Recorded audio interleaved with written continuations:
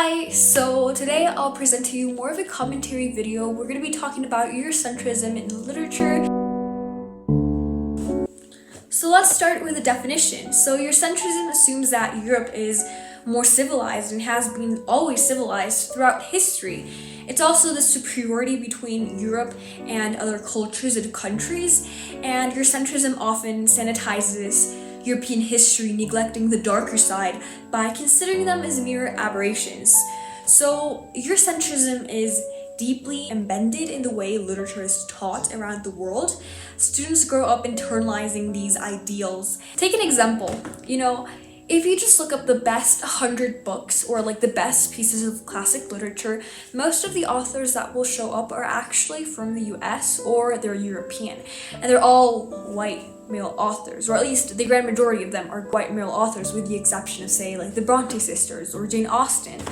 But you don't usually think of, when you think about classic literature, you don't often think about, say, Journey to the West, or all of these other Latin American authors or African authors. You usually tend to think of classics such as Jane Austen, or perhaps William Shakespeare, maybe like Frankenstein by Mary Shelley, or even like Oscar Wilde, Edgar Allan Poe, all Western authors.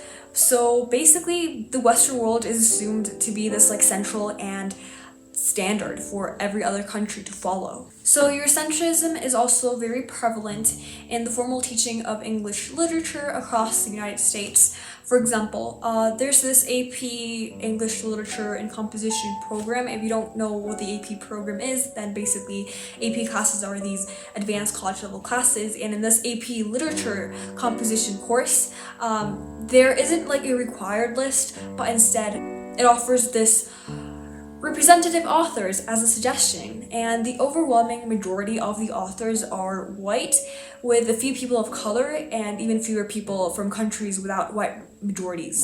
This white culture is essentially being pushed upon them as they're being told that it is what is right and it is what is good, and this is good literature, and that those authors are pretty much unknown.